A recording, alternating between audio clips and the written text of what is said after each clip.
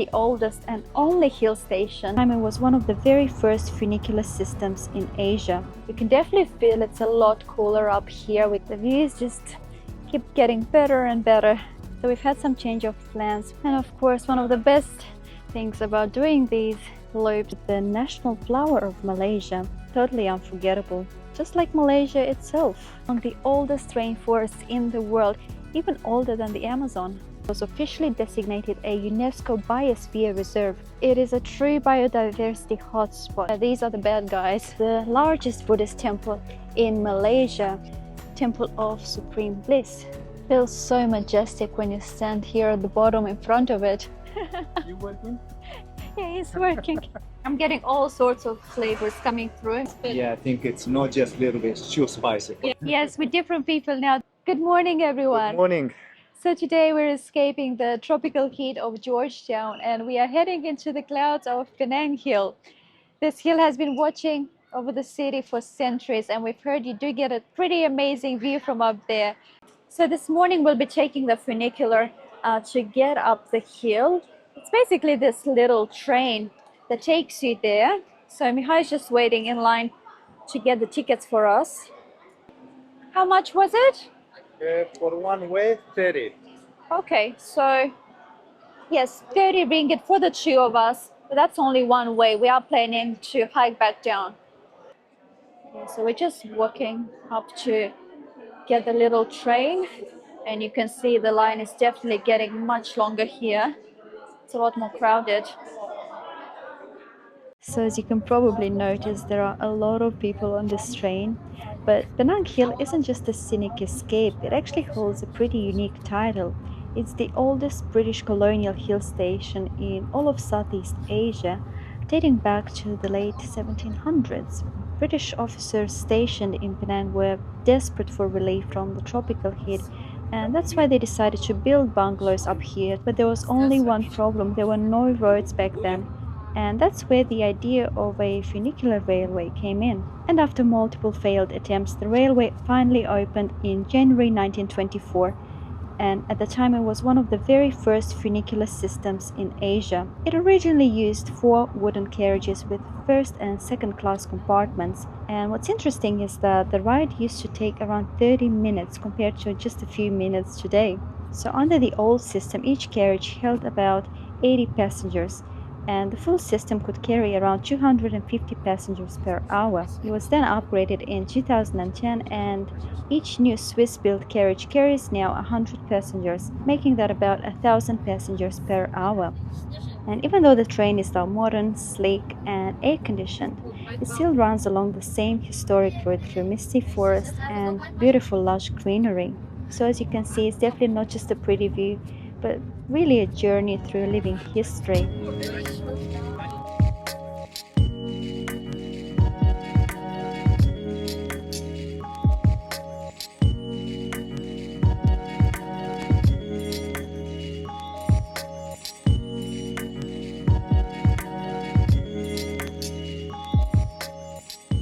And we made it to the top of the hill.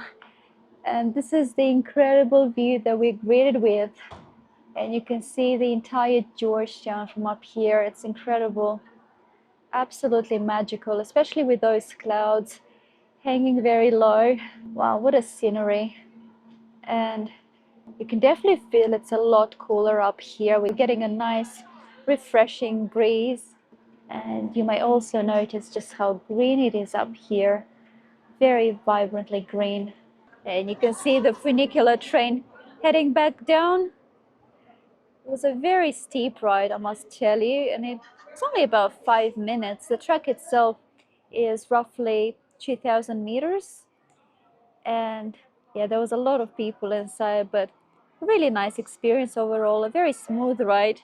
And it's also worth noting that Penang Hill is the oldest and only hill station with a funicular railway in Malaysia. So they have this skywalk bridge over here, and we're supposed to be getting an even better view from up here.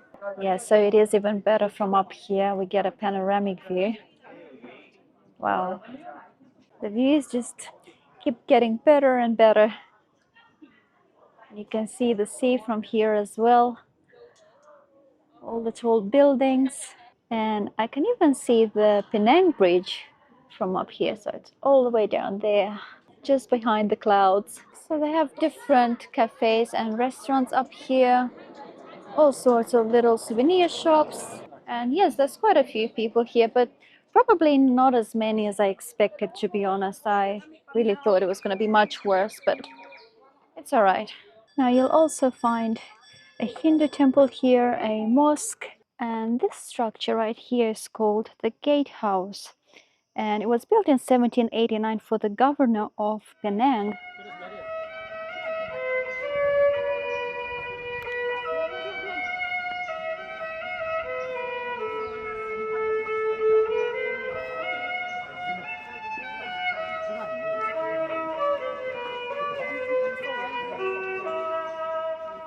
All right, guys, so we've had some change of plans. We initially wanted to come to the upper station and then hike back down this way, but they have all these beautiful trails along here and we really wanted to check them out.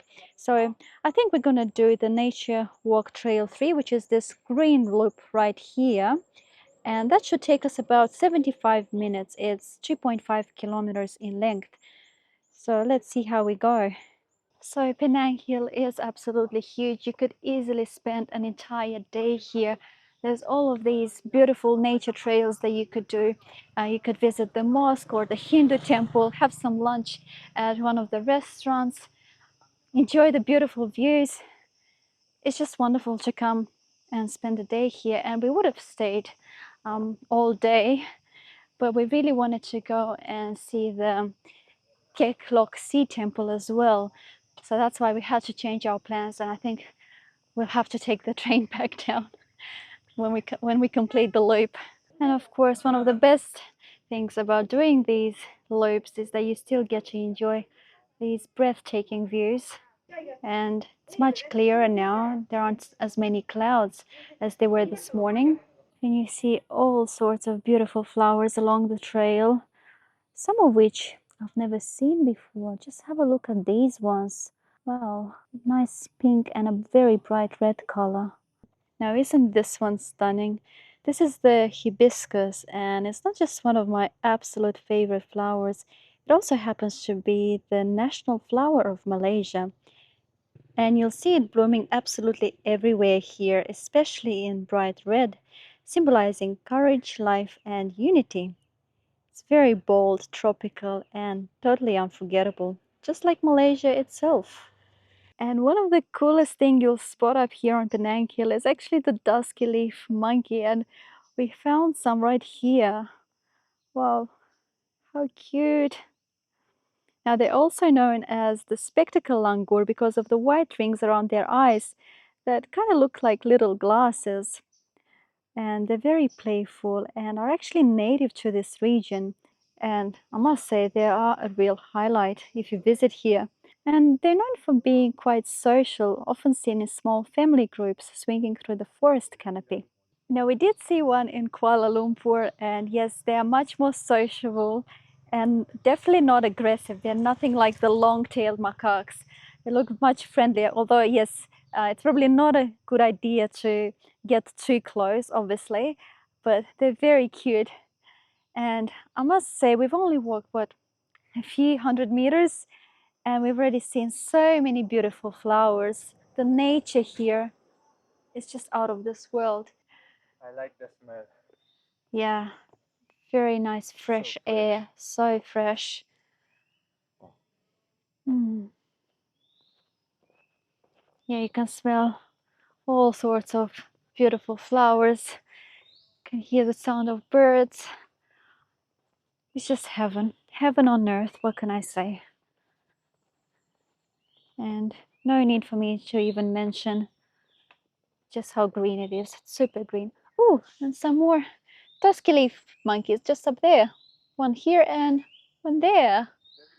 Yeah, I really like these ones. They do seem to be a lot friendlier than the other ones, Yeah. right? Yes, they're absolutely everywhere here, jumping from tree to tree. Now, what really blew my mind is that this forest is actually over 130 million years old, placing it among the oldest rainforests in the world, even older than the Amazon. Now, these trees are incredibly important. They absorb carbon dioxide, help regulate Penang's microclimate, and contribute to fresh water supply. And in 2021, Penang Hill was officially designated a UNESCO Biosphere Reserve, the third in Malaysia, thanks to its effort in balancing conservation, education, and sustainable development. It is a true biodiversity hotspot. It is home to over 2,000 plant species, over 100 bird species, rare mammals, reptiles, and insects. Reaching up to 40 meters high, the canopy layer of the forest supports a complex web of life. So far, we haven't come across the giant squirrel. They're normally up to 20 inches long and they're quite agile, leaping from tree to tree. And yes, this is the place where you're supposed to see them, but so far, no luck.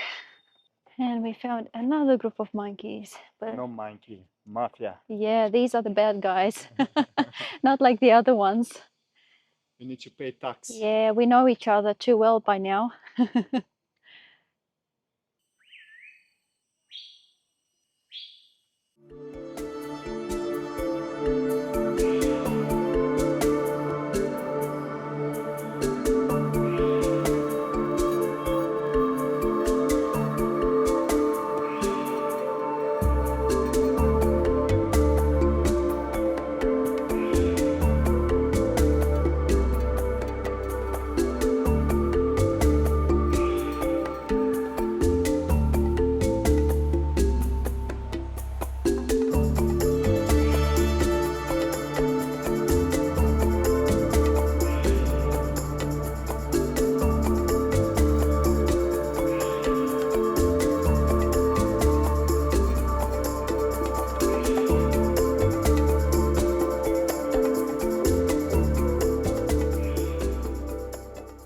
And we've arrived at Kek Lok Si Temple, the largest Buddhist temple in Malaysia and quite a significant Buddhist pilgrimage site across Southeast Asia.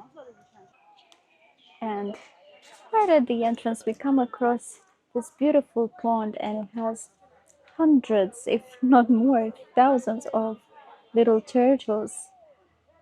And you can see some people feeding them with some leaves. Now, turtles do symbolize longevity and spiritual durability in Buddhist tradition. Yeah, there's a whole lot more resting on that rock. Wow. Now, the construction of the temple began in 1890 and was completed in 1905. And the temple's name actually translates to Temple of Supreme Bliss, reflecting its spiritual significance. Yeah, right away I can see the entire complex is massive. Stunning architecture. And we've come to the oldest hall of this Buddhist complex. And it's one of the most sacred and visually stunning spaces. It was built in the late 1800s and it is home to three large golden statues, which are symbols of compassion. And probably the first thing that I'm noticing is that all four walls of the hall are lined with these guanyin figures. There's probably thousands of them here. They're not very big, but yeah, they instantly create an impression because they're just everywhere. The architecture of the hall is a beautiful blend of Chinese, Thai, and Burmese influences with intricate woodwork, marble floors, and glowing lanterns overhead. But just have a look at the ceiling. From my understanding, it's carved from wood, but it's so intricate and so detailed. It's a true masterpiece in itself.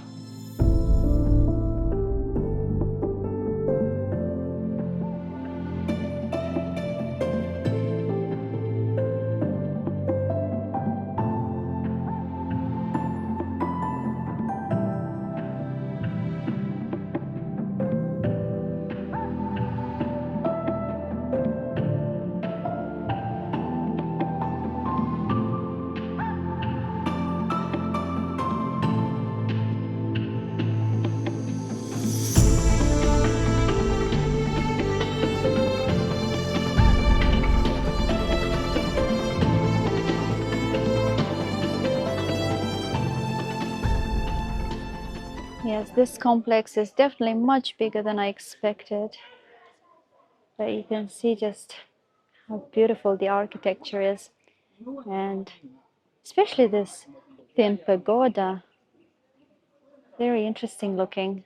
Yes, it's absolutely superb, and especially with those big green mountains in the backdrop, that's what makes it even more beautiful.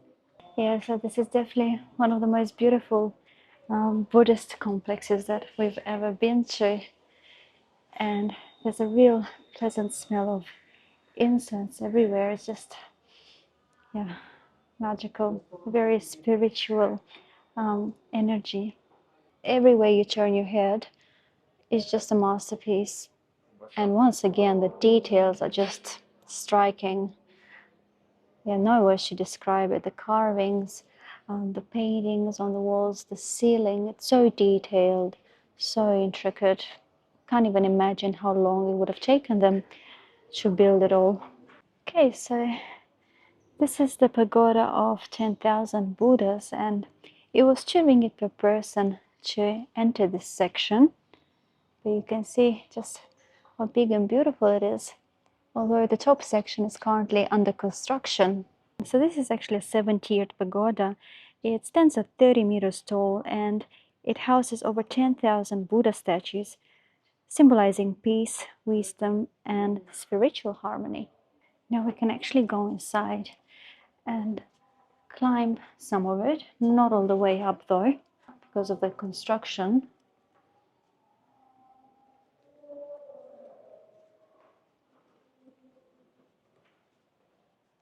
You can see there's a massive Buddha statue here as well, all painted in gold.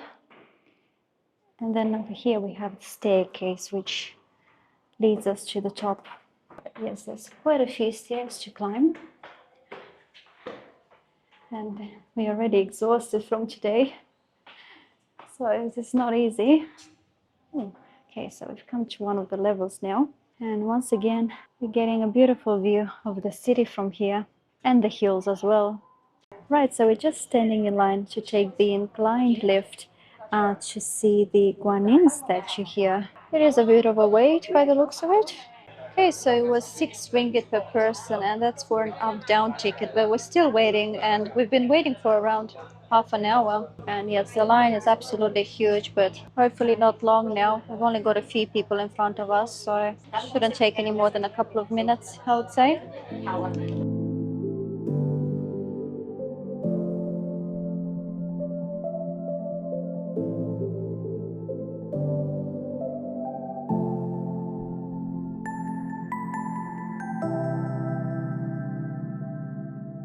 And we finally made it after probably more than half an hour, I would say. But yes, this is it. This is the Kuan Yin statue. Wow, it's massive. Absolutely huge. So Kuan Yin is the goddess of mercy, and this statue is roughly 36-meter tall. It's made out of bronze, and it was completed in 2002. And as you can probably notice, it's sheltered by this grand pavilion supported by 16 granite columns. Feels so majestic when you stand here at the bottom in front of it. You feel absolutely tiny. And more stunning views of the city from this point too. Yeah, so today we've just been getting views after views. Definitely hard to beat the ones from the Penang Hill though, that's for sure. I mean, this one is still beautiful, but from up there with those clouds, yeah, it was just completely different story. You really have to go and see it from up there. It's magical. It's all well and good, but what I personally like are these very cute. You working? Yeah, he's working. Very cute benches, the way they've decorated. Yeah, you can see the little puppies, and then they have little pigs as well over there. How cute. Yes, I like this one. They've also got these interesting statues over here, and if I'm not mistaken, they represent each of the 12 symbols of the Chinese calendar. So you've got the rat, the ox, the tiger, the rabbit, dragon, snake, the horse, the goat, the monkey, rooster, dog, and the pig.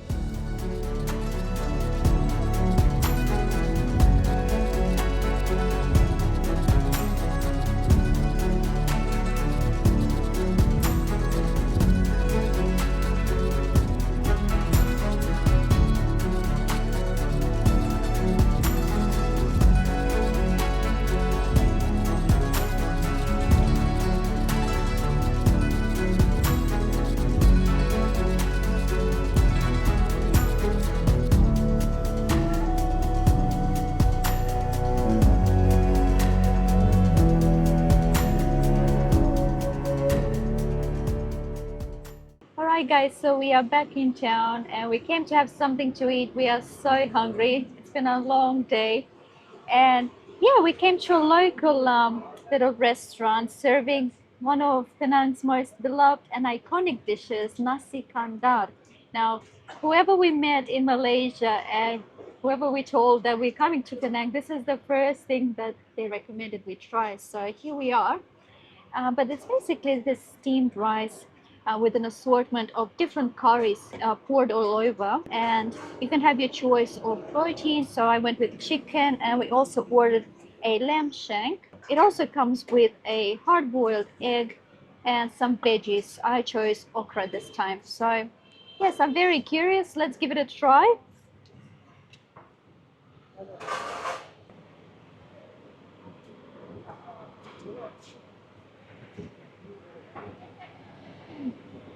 Okay, interesting. I'm getting all sorts of flavors coming through. It's very aromatic, a bit spicy, maybe a bit too spicy for us, because you know where we come from, the food has zero spice, so even a little bit can feel like a lot for us. But yeah, it definitely has a lot of flavor. I have a feeling the lamb is going to be even more spicy. It also has these crispy toppings on top. I'm not entirely sure what they are. It looks a bit like chili. No, it looks like onion. Oh, onion. Oh, okay. It could be fried onion then, yes.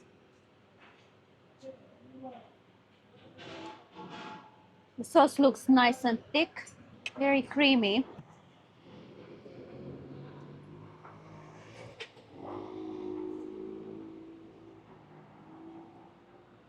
It's good. Delicious. Spicy? A little bit spicy still. For us, yeah, I think so. Even though we did ask for the less spicy versions, but yeah, a little spicy, but it's very creamy. And yeah, overall, it's delicious, I must say. Just a bit of spice. That's the only thing that we're still trying to get used to. But apart from that, it has a lot of flavor. I like it. It's good.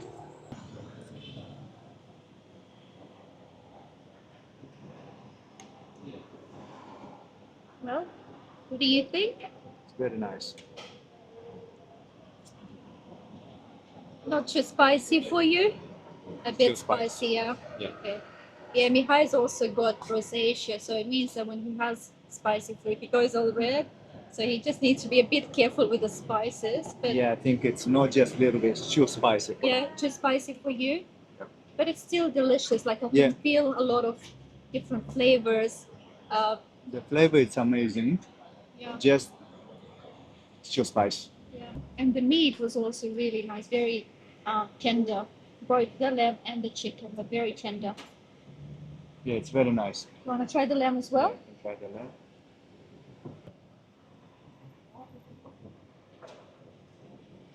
Yeah, I like the lamb more. You like the lamb more? Yeah. Yeah. Nice and soft. And yeah, how you said, the sauce is very creamy.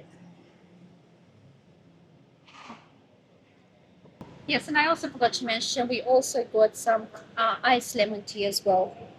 Alright guys, everyone is happy now, full, ready for sleep. Yes, with different people now that we've had something to eat, very different people. But those meals and drinks ended up costing us 64 ringgit.